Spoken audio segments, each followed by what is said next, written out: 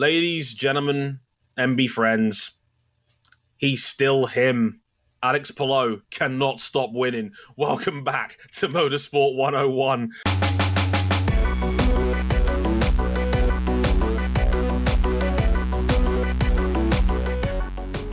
Three out of the last four and robbed of the 500. This man is untouchable right now. More on him in a minute. Welcome to episode 452 of Motorsport 101. I'm your friendly neighborhood host, Dre Harrison, and welcome to the third of our triple header of last week, and it's one of our favorite rounds on the calendar. I love this place. Best track in America, in my humble opinion.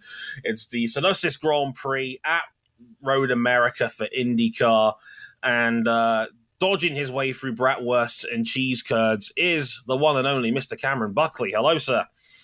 I don't know. I preferred fried chicken and waffles on this weekend. And so did Alex, apparently. Yeah. I mean, the breakfast of champions. The food of the gods. Yeah, he's just deciding that you're not going to take any points out of me. In fact, I'm going to keep taking points out of you. We'll get into some of the stats and numbers behind it very, very shortly, but yeah, we'll get into some of the deeper numbers regarding this in a minute, but long story short, Alex Palou won IndyCar Road America, his third win of the year. He now has a 74-point lead in the driver's standings right now. It's very close to having 2 weekends in hand, and we are not even halfway through this season yet. We still have 9 rounds to go. This is an off week for the series. It's back the week after at Mid-Ohio. And if Palou wins the next one, he's almost guaranteed to have 2 races in hand at the halfway point of the year. Yep. This is terrifying, this run of form. This is even the F1 people are starting to notice kind of form, which is something that I don't normally talk about. Being a part of the racist Slack chat and seeing emails of news articles going, F1 team should consider Alex Palou, and I'm like, oh, we've got to this point, have we? So that's intriguing enough. We'll get into that good. Yeah, he has been that good, and deservedly so. I'm not saying this to say that people are wrong to think this. I think the talent is absolutely there with Alex Palou. We all know the issue is politics and the man himself. We'll get into some of that a little bit later on. There's another bit of drama going on regarding another Chip Ganassi car in his stable as well, because the number 8 car is up for debate. Marcus Ericsson, we're going to talk a little bit about him and the fact that there is rumors swirling that maybe Marcus Ericsson's seat isn't as secure as we thought it was going to be either. More on that as we get it. And for the first time in a while, we could genuinely say on Motorsport 101, square up, because it's time for Fight Club. If only we had, I might put some boxing sounds over the top of this bit, because Will Power had himself a weekend. Yeah, Alex and I were eating chicken and waffles. Will Power was eating pure USDA premium beef. Yes, from the back of his, and I'm checking my notes here, shit truck, according to Marshall Pruitt. True story. We'll get into that a little bit later on, because, Willpower, I think we and Cam described it before we went live as that episode of The Simpsons when Ned Flanders finally snaps. I didn't do it again, Cam. Deadly ding-dong crap. That. Among other things. Yeah. The talk of Zen Master seems so far away now. Zoe in the chat says, quote, he's a lost puppy wielding a knife. Which, yeah, that's probably a fair way of describing it, funnily enough. Yeah, there was a lot of beef regarding Willpower, which we'll get into as well. And we'll talk a little bit about the chaos that is Andretti Autosport, because this round was a mess. Colton Herta had a genuine shot of winning this race. He yanked out from underneath him because, well, Andretti botched his final pit stop. Didn't help. Carl Kirkwood got involved in the wars again, and Romain Grosjean was, for lack of a better word, fucking dreadful. There's no other way I can describe it. He had one of the worst IndyCar weekends I've ever seen from a driver. that was shambolic. And yeah, there's talk regarding him and his future as well, which we'll get into later on as well. So it's a heaped show for us here this time around for IndyCar. A lot to talk about. So we're going to get right into it. I'll do the social media at the end of the show. So without further ado, let's talk about IndyCar at Road America.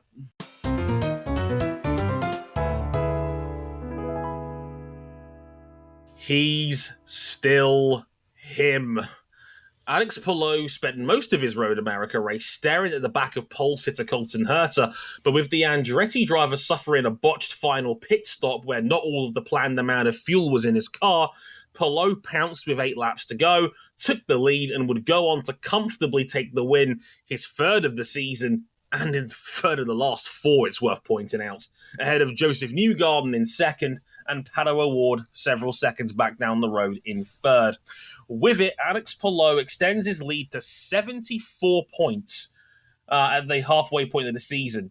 With one hand on the title already, what should Palou do? Stay at CGR, go to McLaren, or go all in for a rumoured potential back-of-the-grid F1 seat? Now, for those who don't know, there's been rumblings in the last week or so that Palou is allegedly begging some guy in his phone book called Max Verstappen.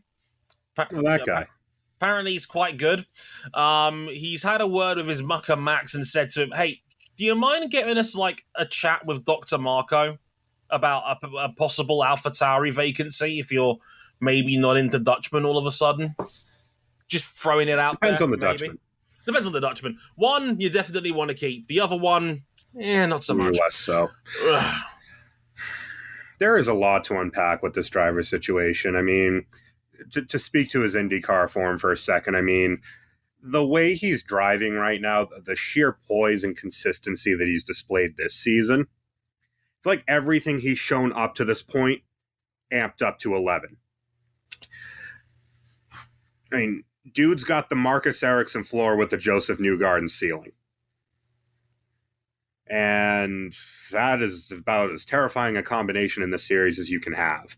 Mm-hmm. And I don't see anyone catching him from this point out unless something mechanical happens, because we know how Palou is. Unless something out of his hands happens, he's not going to drop those points. And chipping away this big of a, pun intended there, chipping away this much of a points gap with this far to go left in the season, it's not unthinkable. But no one's chipping any points away. He just keeps piling them on. The rest of the field keeps beating each other up. I mean, Newgarden, his road course form has been bang average this year. He needed a result like this one. Here. Yeah. I mean, he rolled in second, way ahead of everyone behind, but Palou was thumping over half a second on his head every lap. Yeah. In that final stint. He drove away. Yeah, and you're absolutely right. The rest of his rivals that potentially could beat him up are all beating over each other. Newgarden, Award, Dixon, Herta, Kirkwood. Award finally stopped beating himself for once. He needed this to get back on track bad, but even good so, third place, but that's not good. That's not going to be good enough right now. Third is not good enough around Alex Palou at the moment. Nothing's good enough right now because he's the one who keeps winning. He's been out, as Jason puts in the chat in the Riverside, he's only been outside the top 5 once. And that was a really fucky, silly race to open the season. Yeah, St. Petersburg. Yeah, and he's won 3 out of the last 4. And the 4th, I mean, he got 4th place. He probably should have won it. Thanks, Renus VK. Arguably had the fastest car of the 500 for the whole fortnight. I don't know if I'd call it arguable, but sometimes that's how the cookie crumbles at the 500. Yep. But what in the hot, crispy Kentucky Fried fuck is he thinking walking away from this team? Because, for those who do not know, every podcast is someone's first. Chip Ganassi Racing on their 3 full-timers are currently 1st, 2nd, and 4th in the title right now. And this is considered a down year for Scott Dixon. Yeah, Dixon has been exceedingly mid. We'll get to his role in this weekend a little bit later because hands, birds, etc. But fair enough on the AlphaTauri call. You want to go drive that car right now? Arguably the worst car in Formula One. Probably the worst one, being carried by Honda's monster engine. Like, they literally sunk. Tsunoda. They sunk to the bottom of the Constructors' Championship this past weekend in Canada after Alex Albon's miraculous 7th place.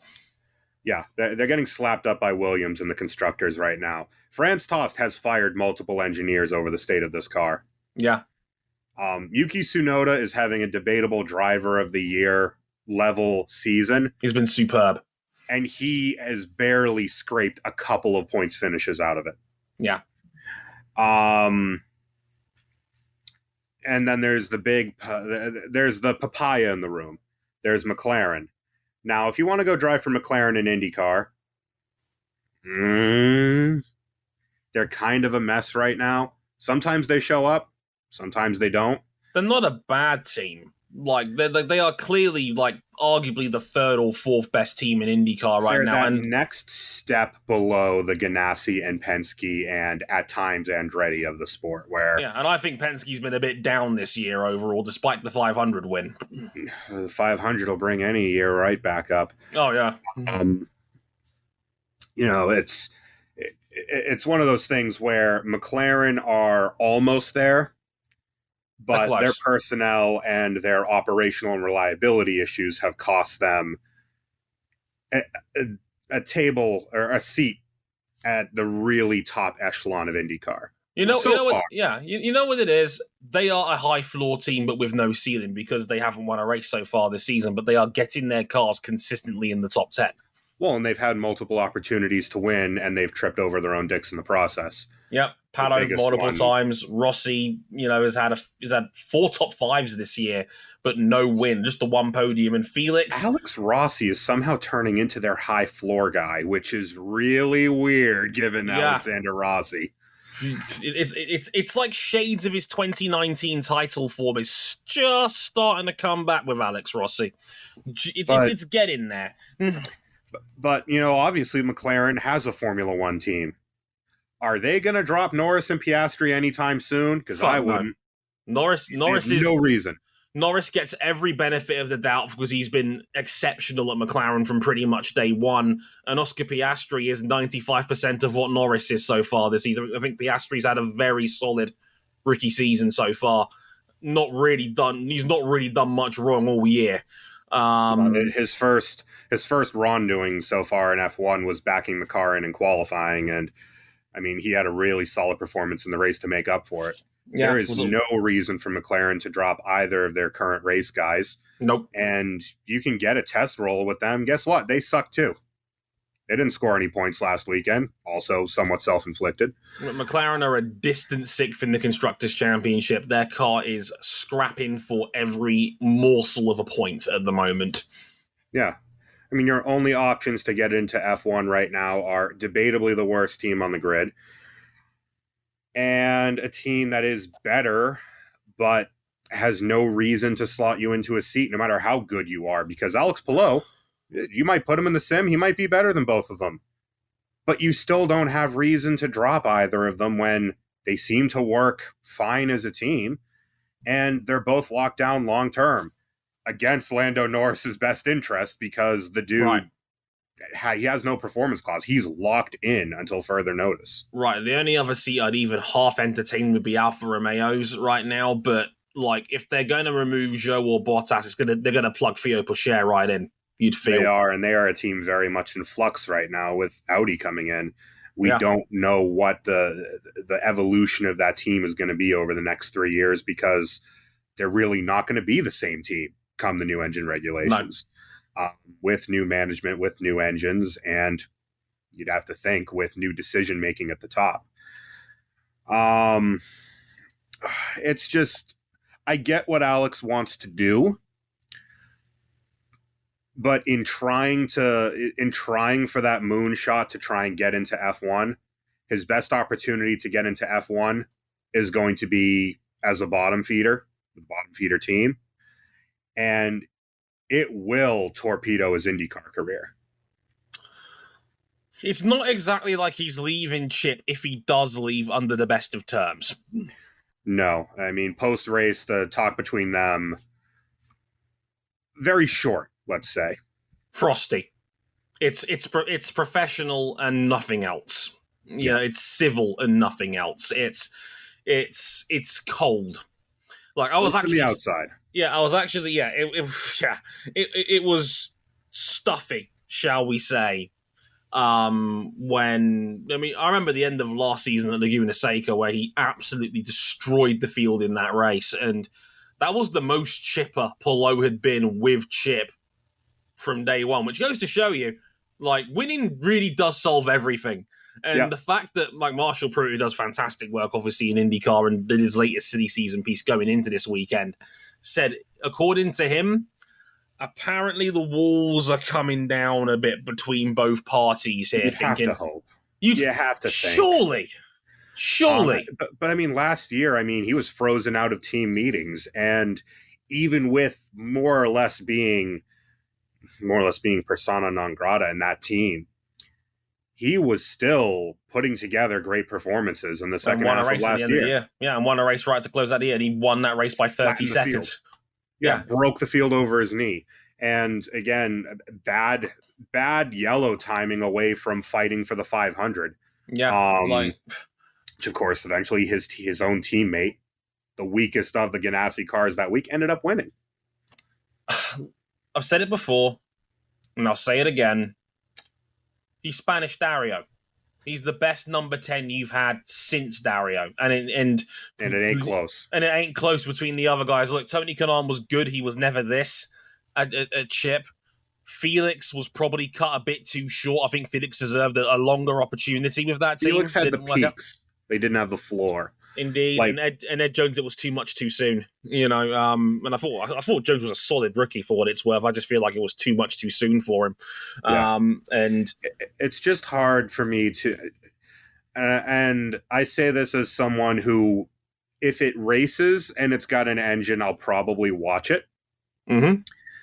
I feel like a bottom feeder F1 team, which is weird to call McLaren, even with their past decade of struggles. I feel it'll be a waste of Palou's talent. I really do. Palou deserves better than that. Like Stefan Wilson put the energy out there. I would love to see Alex Palou in a Red Bull.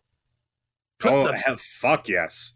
Like if Red Bull wants to take a punt with a guy who doesn't know any better, then why not? Well, given that Perez has been atrocious the last 3 weekends. Yeah. But that's a story for another time. I don't want to see an exceedingly talented driver toil away at the back of an F1 grid in equipment that's not worthy of him. Pound for pound, there is maybe 2 people on the planet that are driving better than him at the moment. And I think it's Max and Fernando. Like right now, Palou's average finish this season in IndyCar is 3.4. In a series that is explicitly designed from its very DNA to not allow people to dominate. 3.4, and you're talking about wanting to give it all up, sacrifice it all for an AlphaTauri seat going into your age 27 season. What? I get it, but I don't like it. I get it. I said it on the show before. Palou was a young man when Spain had a sporting boom. Fernando's world titles, the Spanish national football team, was kicking ass in the mid-2000s. Rafa Nadal had just become the best tennis player on the planet. MotoGP, Danny Pedrosa and Jorge Lorenzo came around pretty frigging quick and then started taking all the headlines away. That Jason was Palou's era. He says in the chat, if this was AlphaTauri of 2020, 2021, I would have loved to have seen it then. Sure. Especially the 21 car with, they put together a solid car. Honda had a monster engine in 21. And there were races where AlphaTauri were best of the rest in 2021, weirdly. But since the new regulations have come around, they just cratered really, really badly. And I just don't want to see him pivot to a backmarker team And if it doesn't work out, I mean, what happens then? You burn your bridge with IndyCar. There's no guarantee that a top team, blows up a seat potentially to put him in. I'm sure somebody would, because it's Alex Palou, who's a proven winner, and obviously proven champion. But teams like to lay out their plans 2-3 years down the line, and I completely agree with you, Cam.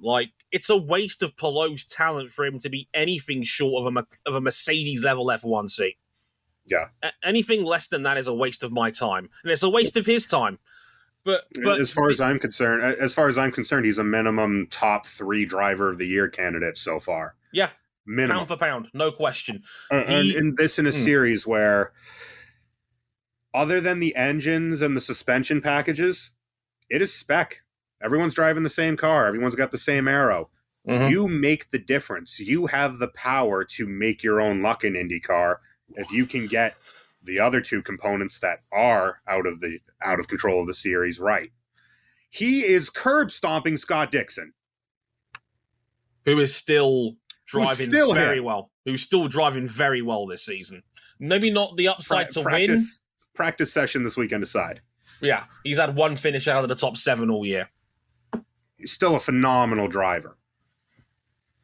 Yeah, he's still that dude. Maybe a bit quieter these days, but it's not a good sign when Zoe in the chat says Dixon has called him Palou Daddy, which is... We're cutting that out. That's staying in. Don't worry about that. Are you editing this show? No, I am.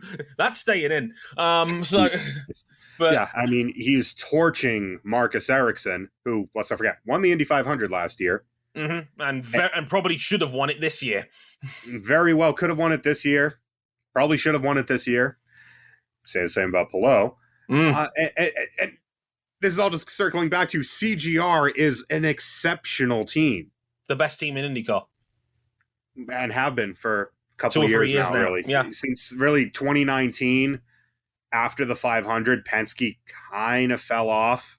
They were a little bit up and down.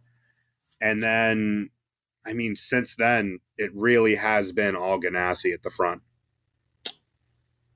It's to wrap this up in a neat little bow.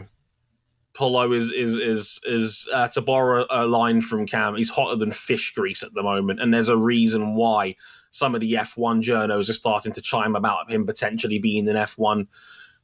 Chip or Alex, if either of you are listening, lower your pride and cut a deal. Everybody wins here, okay? You don't, Alex, trust me, Zach Brown is not going to put you in one of your F1 seats. It's not going to happen. Look at Pato. Pato is 99% of what you are as a talent, and he's fucked him around for the last 3 years about giving him an F1 seat.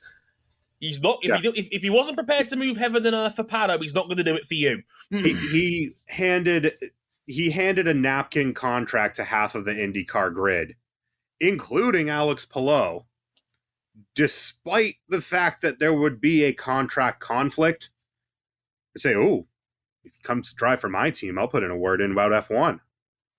And then he signed Piastri, who he also sniped from another team who had him under contract and then let that lapse. Alpine are very funny. A bunch of very sketchy handshake agreements behind the scenes between Zach and Mark Webber, who manages Oscar Piastri as well, because I'd argue if Oscar shuts the fuck up and gets some of it, he's driving a better car.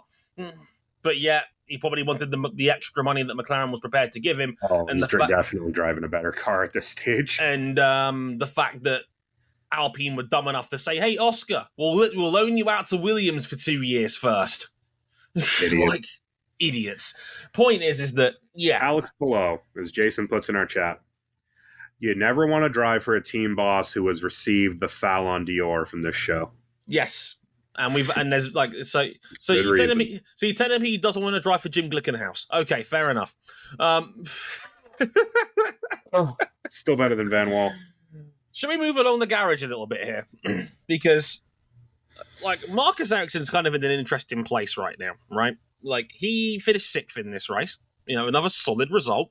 He keeps his streak alive. He's the only other man besides Palou to have been in the top 10 for every race this season. He's second in the championship still. He's still 74 behind Palou, but he's having another very solid season. But with rumours swirling that McLaren wants to possibly expand to 4 cars to facilitate him, and we all saw earlier this season, Zach was pretty much tapping the man up. In like, very football style, like, I can't believe they haven't tied down Marcus Ericsson yet. Nudge, nudge, wink, wink, elbow, elbow, come punch, to daddy, exactly, etc., etc. And allegedly, Chip still wants Marcus to pay for his seat to fund the number 8 car. Should Marcus think about a departure? Because this is a tricky one for me, because here's the thing, right? I mentioned this on Twitter a couple of days ago. Marcus Ericsson's average finish this season is 5.8.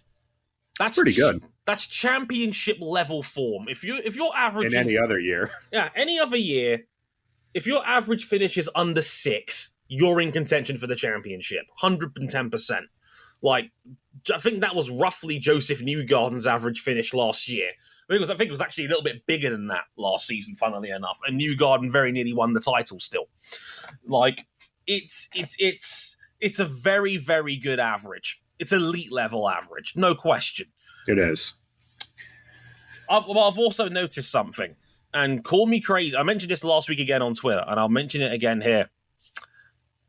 There is another entity in the Chip Ganassi team that may end up costing Ericsson money. It's his namesake, Marcus Armstrong, in the number 11 car. Marcus Armstrong was brilliant at Road America and was absolutely screwed by his team's poor strategy call. Because Marcus, he was running third on the road pretty much the whole race until it blew up, and they kept him out when he kept him out under yellow when the whole field came in for no good reason. It was an atrocious strategy call from Ganassi. It was sacrificing the lower car in the running order to see if, had another yellow come, he would have benefited from it, and it just never did. Yeah. But sometimes when you play the strategy, you get it right. Sometimes you get egg on your face. But he was far, far better than the final result showed. And absolutely. In his showings this year, he has been quick pretty much on every occasion. Top 10 level on the road courses he's ran pretty much all year long. And this is the problem. And don't get me wrong, Marcus Armstrong was a good Formula 2 driver. He was not a great Formula 2 driver. Right, he didn't have for me personally, and people in the chat can disagree with me, I don't think he had Christian Lundgaard's level of upside when he was in Formula 2. Doesn't feel like it. And he's gone over there and he's been running top 10s in the 11 car roughly on average pretty much every appearance he's made in IndyCar so far. And that's the problem. If you can bring another European import of a decent level to do similar things to what Marcus Armstrong is, Marcus Ericsson is doing right now. This is going to confuse me. I think we've got 2 Marcuses in the same team, but Marcus A and Marcus E. If Armstrong keeps driving like this, Ericsson's value inherently goes down. Yeah, because he's a part-timer, brand new to the series, driving the same equipment, and he's more or less shadowing him down the road. And he's only going to get better with more time because he's not doing ovals. Jason, again, in the chat, spitting facts. Mm-hmm. If he said he would be willing to drive ovals, because, of course, we have Takuma Sato doing all the ovals in the 11 car this year. That's now confirmed, yep. I think he would have legitimate value to sign him to a full-time IndyCar ride because he's been solid. And 100%. In the same equipment as Marcus Ericsson, on pace, he's more or less been the same. Yeah, not far behind. There's not much between them. He's been in the ballpark, and I really don't know where Ericsson goes from here because he's P2 in the title right now, and you would never really know it because he does it. It's not really sneaky anymore, but if you're new to IndyCar, he is the sneakiest man in all the land because he just racks up those top 7-8 finishes every week and puts the points on the board. He is probably the highest floor guy right now besides Palou, but he doesn't have that raw pace and talent to dip into. He doesn't have that last percentile to get him over the hump against the New Gardens, the Dixons, the Palous. Spot on. And this is in Chip Ganassi equipment, as we've established in our last section, the best in the field right now. If Chip's an arrogant motherfucker, which I think he is to a degree, he's probably looking at Armstrong right now and thinking, if Armstrong can come in here straight away off the back of F2 and immediately be in the top 10, I might not need to spend multiple millions of pounds to tie down Marcus Ericsson to a long-term deal. He might be sitting there thinking right now, I have the best team in IndyCar. I can run anybody I choose in these seats. People will come to me. If the offer is there, they'll extend the olive branch to whoever they want. They'll certainly consider it because CGR is the best team in IndyCar. And maybe I don't need Marcus Ericsson. Yeah, and if you still want to run a fourth car part-time next year, you have the IMSA boys if you want to go dip into that pool if you're Chip. So you lose nothing from doing that, at least on paper. If Mayor Shank's not going to move anybody out, they could give Tom Blomqvist a call tomorrow. We don't. Given the quote source, I made it the fuck up level things coming out of sports car racing right now, I don't know what the status is going to be on Meyer Shank next year. Zoe makes a great point in the chat. Ericsson's stocks got damaged when Palou walked in and won in his first CGR season. It steadied last year, but it's taken a hit again with Armstrong. Yeah, anytime someone walks in and starts doing well with CGR equipment, the guy who's been there for a long time, people start asking questions. And he's at really looks like the limit of his potential, where he is going to bring home that top 7, top 8 every weekend on the dot. But a win is a heck of a lot harder. And unlike Scott Dixon, because Dixon's absolute peak has fallen off lately. A little bit, yeah. Not massively. But he's got a whole lot of rings and a whole lot of credentials to keep him in that seat as long as he wants. Dixon's there for life. The 9 is his until he wants to hang it up. Agreed. He's done more. He's earned the right to what I call the golden handcuff deal. You run Dixon as long as he wants to be there at this point. And he is still a permanent threat for the 500, as is Ericsson. Yeah. I mean, Ericsson won last year, and look, people want to say that was a fluke. It wasn't. Ericsson was top 10 speed all the way through the fortnight of running before that 500 was done. He was in the mix all weekend long. Yes, he got a bit lucky with the way it played out for his teammates, but his speed was good enough to win that race. And when the chance came, he took it. And this year, if it wasn't for IndyCar dusting off a rule it's never used before, Ericsson wins. He goes back-to-back for the first time since Helio did it. Like, that is huge. You're cementing Ericsson as an all-time great of your series of 2 500 wins. Like, that's huge. And he's in better shape in the championship right now if he wins that 500. Absolutely. Like, he was. It's another 10 points. He's 10 points closer to Palou.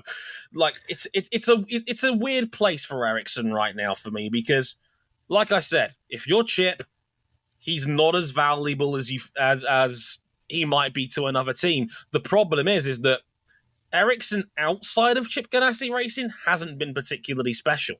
And that's another problem. And that's a gamble that another team might be prepared to make. Say, if this is your ceiling in CGR equipment, what happens when you go somewhere else?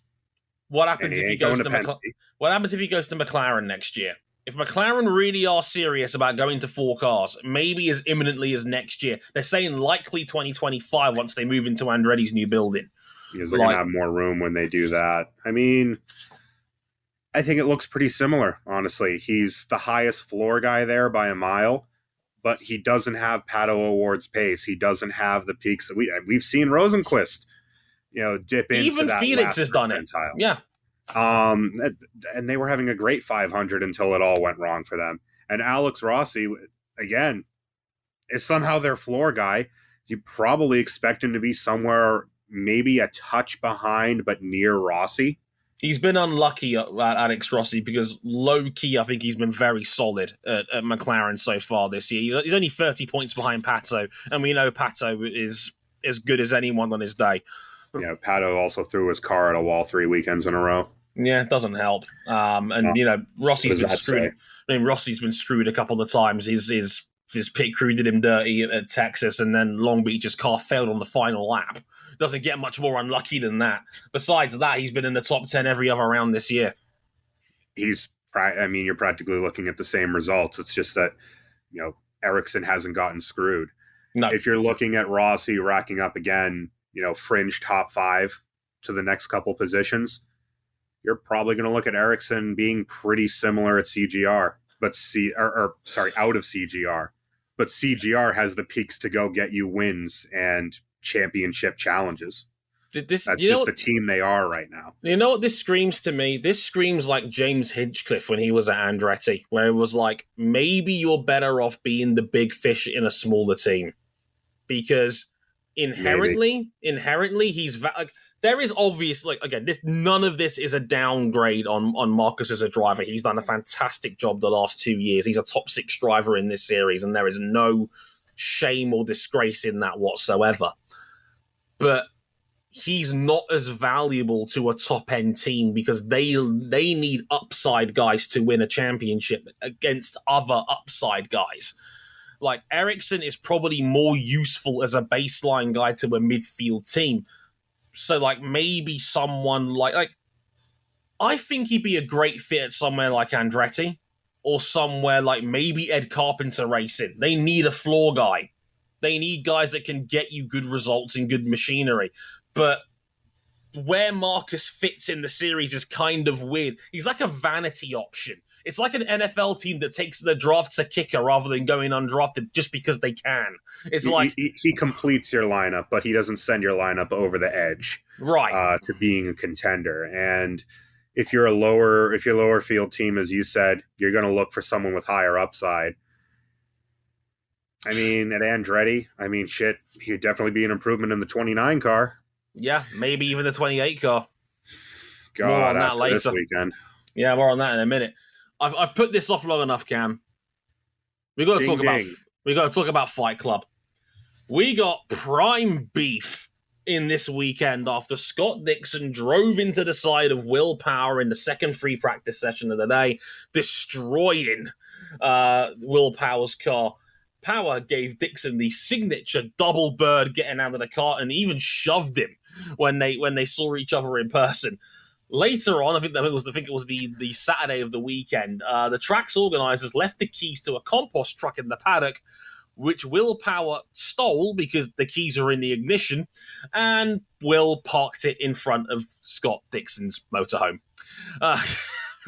Which is just... That is so petty you could have named him Richard. Somewhere, Will Power is currently being hacked to death by Emma Dixon.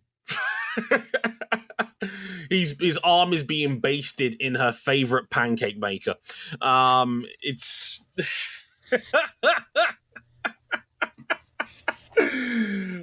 Cam Buckley's face. Let me tell you what, that one was a treat. If you got to be a part of the supporters club on Discord to be able to watch us as we record this. But in the words of Will Power. Yeah. You know what? I kind of deserve that one, to be fair. But the best part of all this for me was when Will was interviewed after free practice, and just when you think, no, that came later. Let's set a timeline on this. Sure. First practice with incident. Scott Dixon breaks out the oral surgery. Mm-hmm. He had himself a bit of a senior moment. Let someone through, not looking what he was doing, just clobbered Power on the way by, not looking at what he was doing. Right. And then, in final practice before qualifying, he drives up behind Romain Grosjean, who's had a terrible, no good, and very bad weekend, much like Will has. Mm-hmm. Throws him a late block, puts him on the grass. And then Will Power qualified the car 22nd. Cue the interview.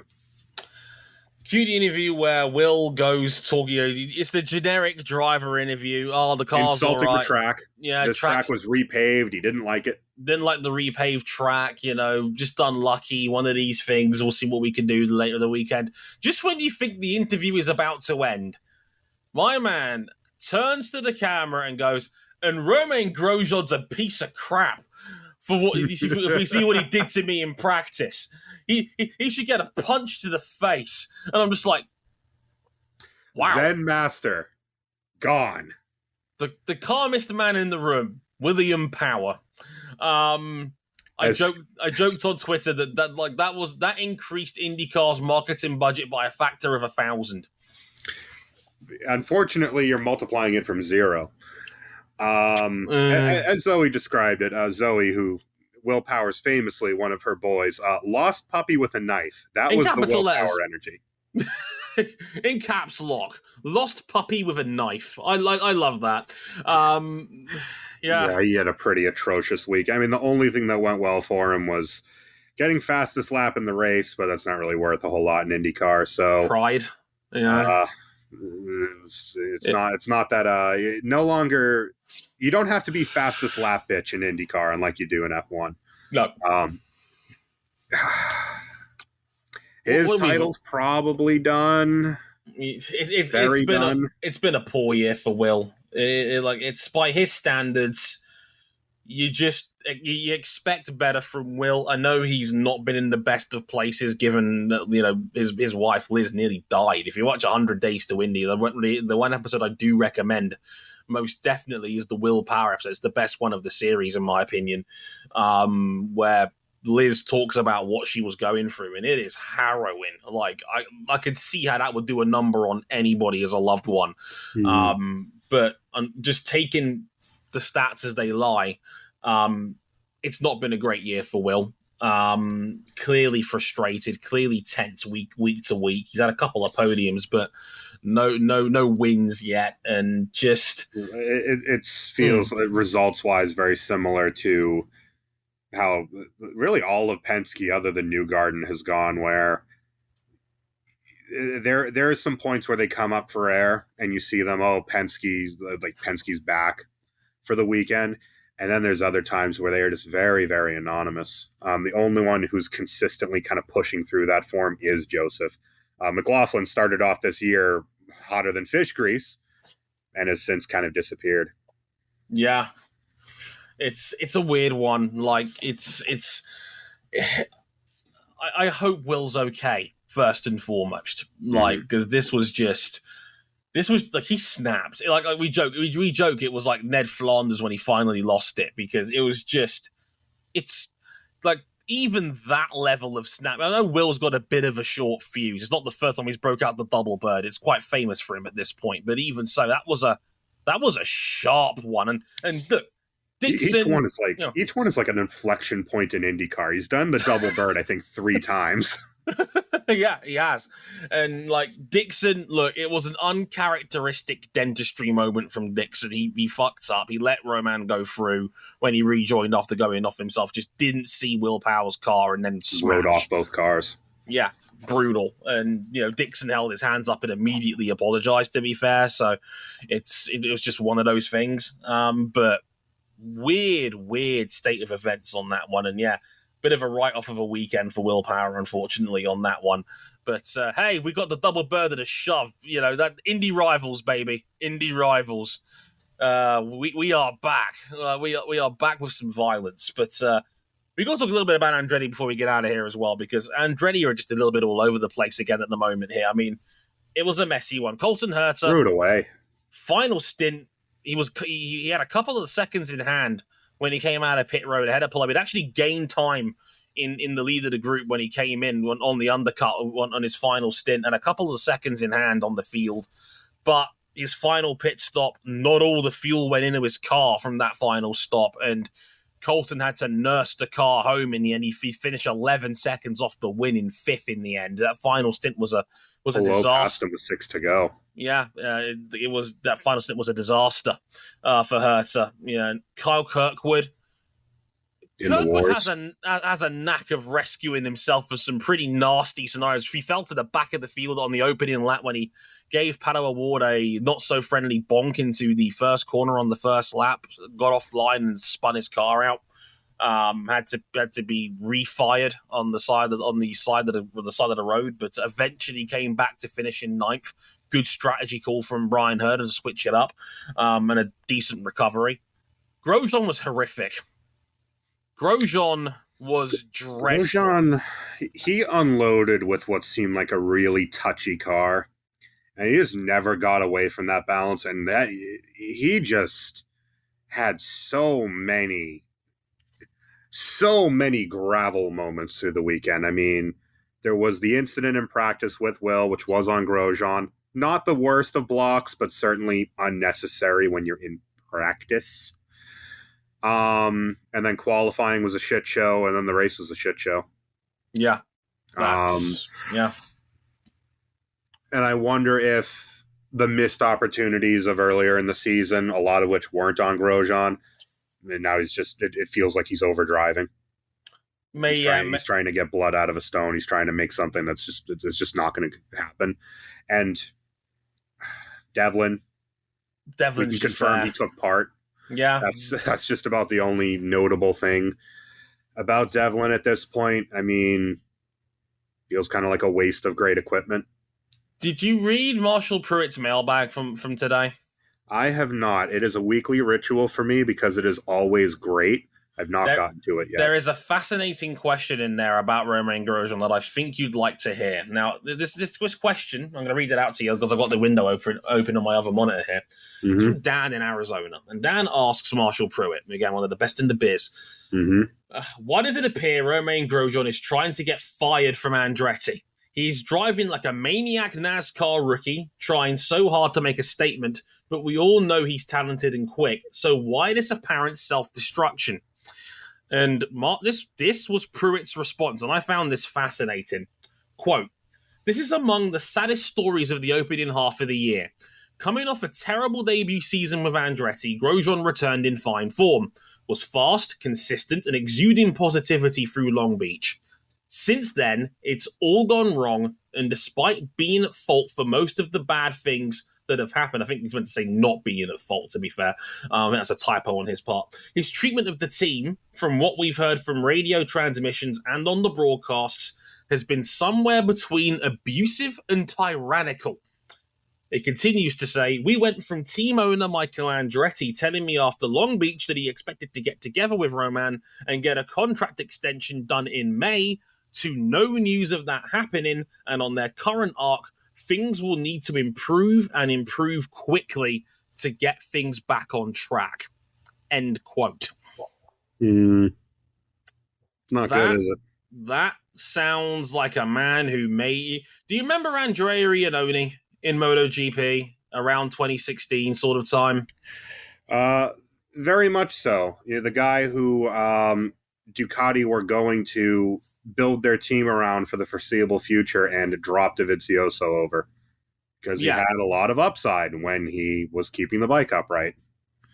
And it was that critical round in Argentina where Iannone tried a dive bomb on his teammate at the final lap, took them both out of the run-in, and allegedly, according to people in the know, Luigi Dall'Igna immediately withdrew the contract extension he was about to give Iannone, and his career never got back to the same dizzying heights again.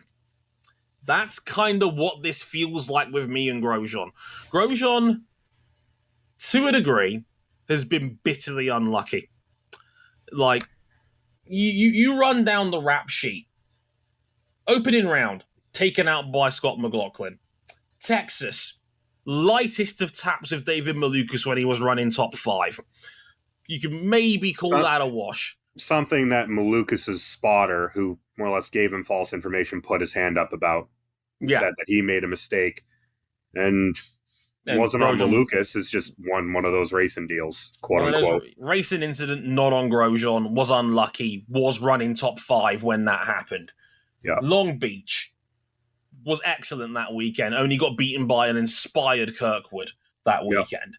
Alabama should have probably won that race until his push-to-pass tank expired. Even with the mistake when he ran wide, he had 100 seconds of push-to-pass that suddenly disappeared. And ever since then, the form has dropped off. Even, he wasn't running great at Indy's road course. He was middle of the road there. According to people in the know at Andretti, it looks like his crash at the 500 may have been induced by the incident with Colton Herta in the pits, which did not help. And then Detroit, suspension failed even before he hit the wall, and now this one. This was the first genuine bad weekend. Yeah, this is the first one you can look and say Grosjean is driving poorly. Yeah, and it's one of those things where it just feels like it's just snowballed, regardless of who's at fault. It's just snowballed to the point where now he feels the need to try and get everything he can get, and it's backfiring now. Now he's overdriving. Now he's trying to get results that just aren't in the car. Yeah. On a given weekend, and his season's taking a nosedive, and he needs to pull up here. And that's to say nothing of.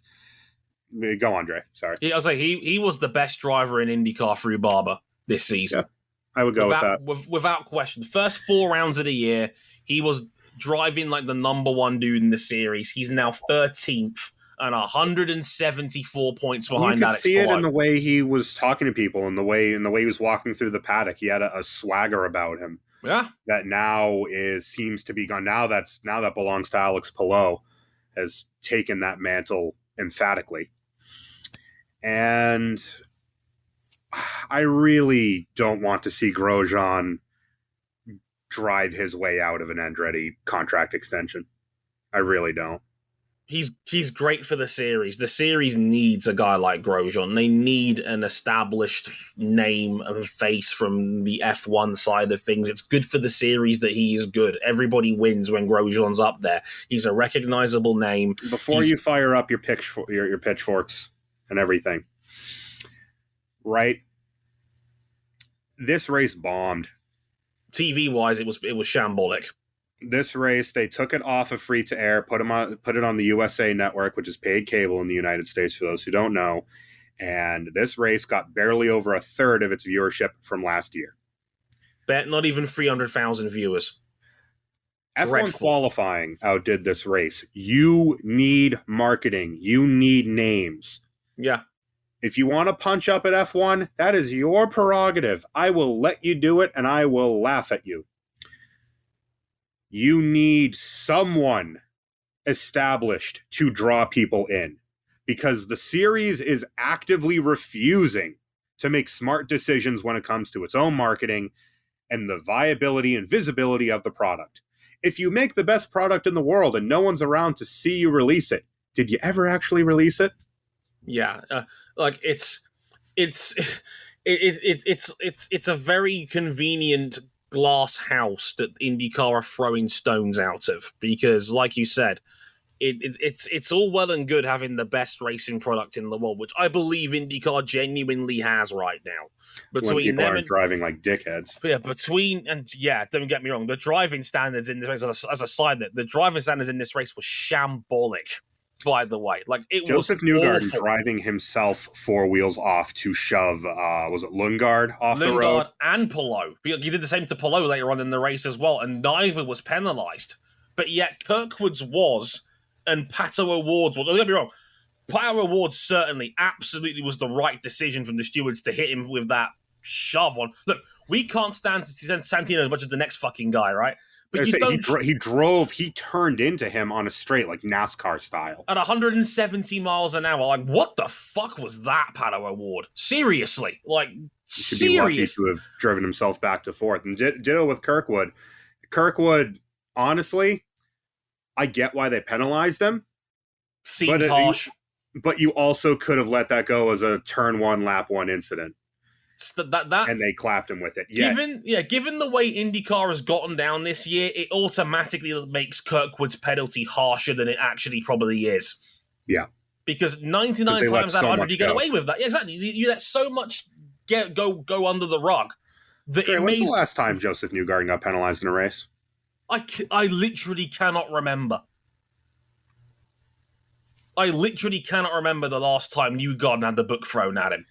Yeah, and I can think in the last 12 months, I mean, the Nashville incident with Grosjean where he professional fouled him out of the race. Yeah, punted him into the wall and then got rude to fans who rightly called him out for driving like a dick. No, and mocked Grosjean in victory lane. And then two incidents here. I'd say the one on Palou, you could probably let slide. The one on Lundgaard was goofy. He ran himself all four wheels off to make sure that Lundgaard was going in the grass.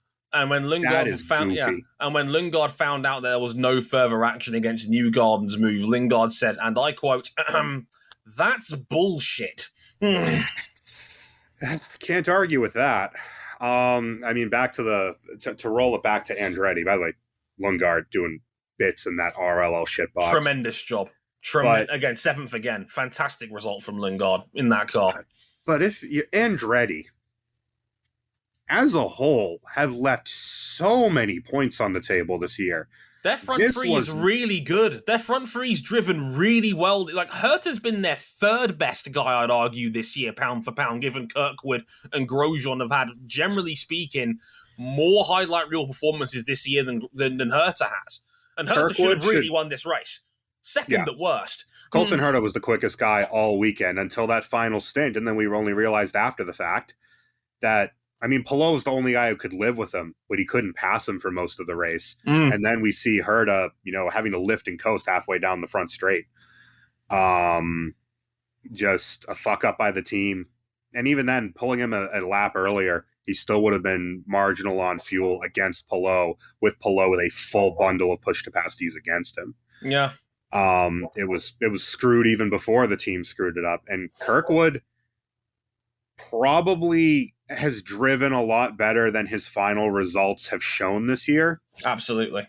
Because he's been the victim of a couple incredibly asinine incidents, somewhat of his own making, at least the second one in, I believe it was St. Petersburg, where he the second of his 3 incidents, let's say, in St. Petersburg. But then everyone had an incident in St. Petersburg. Who did? I was going to say. The list is short.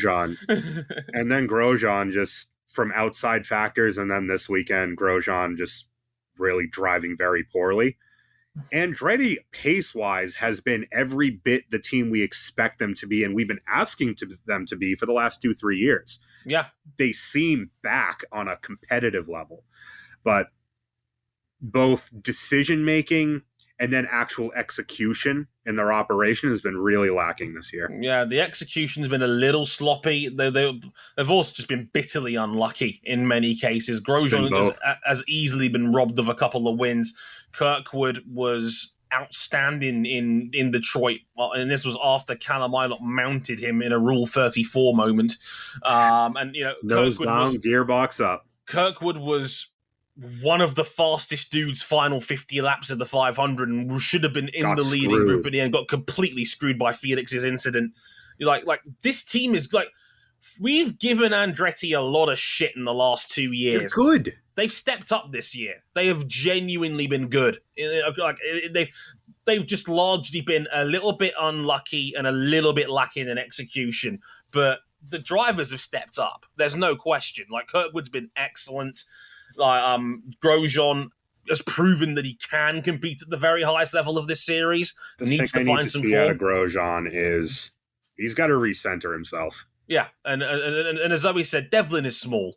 And then Devlin exists because Devlin DiFrancesco, we all know why he's here. I've said it before. Like Andretti, go get Graham Rahal. Round off your team. Go get Graham. Why not? Fuck it, go get Marcus Ericsson. If you can get Marcus Ericsson, even better. Like, throw the money at the house. Ericsson would be a perfect number 4 for you guys. And that's harsh on Marcus, trust me, because he's better than a 4th option in pretty much any team in this series. He'll go compete for an Indy 500 every year if you give him the car.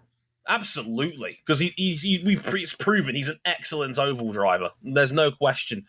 Oh, what a mess Andretti has been. We'll call it there on this one. IndyCar's back in a couple of weeks' time at Mid-Ohio. Dixieland, as we like to call it on this show. Mid-Ohio. Will Palou make it 4 out of 5? And if it is, you might as well cancel Christmas and we'll go home. As our friend of the show, Josh Wilcock, has said, my kingdom for a competitive single-seater championship. You get nothing. You lose. Good day, sir. Good day, sir. So yeah, that'll do it for us on this week. We'll be back next week because we've got MotoGP for the TT at Assen, the Cathedral of Speed. Will Pecco Bagnaia win or win via dominance? We'll have to wait and see. Or who knows? I mean, if we get a competitive field at Assen, it could be We won't. Moving on. Which Ducati wins? Is it Bagnaia, Martin, maybe Bez finds some form? You know, who apparently had a very good test at Misano. There's some talk he might get a wildcard back end of the year, so that'll be fun. Brother Ryan is currently traveling via helicopter, being the world's biggest Bautista fan, going, "Oh my god, it was only 0.8 off the lap record." So we could be seeing Alvaro Bautista, who's been, if in case you haven't been paying attention, dominating World Superbikes at the moment. My kingdom for a motorcycle championship not dominated by Ducati. Impossible. Hashtag police called, gone sexual, etc. Alvaro, what are you doing with that exhaust pipe? Anyway, so we'll be talking about that next week. Okay, fine. I deserve the double burn again for that one. Yes, so we'll be talking about MotoGP at Assen for the TT, and Formula E is back this week as well for their first race in Portland in the United States. So that'll be interesting. And they're running the full track as well, so that's going to be very interesting to see how that turns out for Formula E. Will it be another Cassidy comeback? Will Mitch Evans not get taken out by his teammate? Or will Pascal Wehrlein finally qualify well? We will soon find out. The answer to those questions and more on the next exciting edition of Motorsport 101. I've been Dre Harrison. He's been Cameron Buckley, and he's given me more double birds than Marcus Ericsson has had top 10 finishes this season. Thank you very much for listening, and sayonara.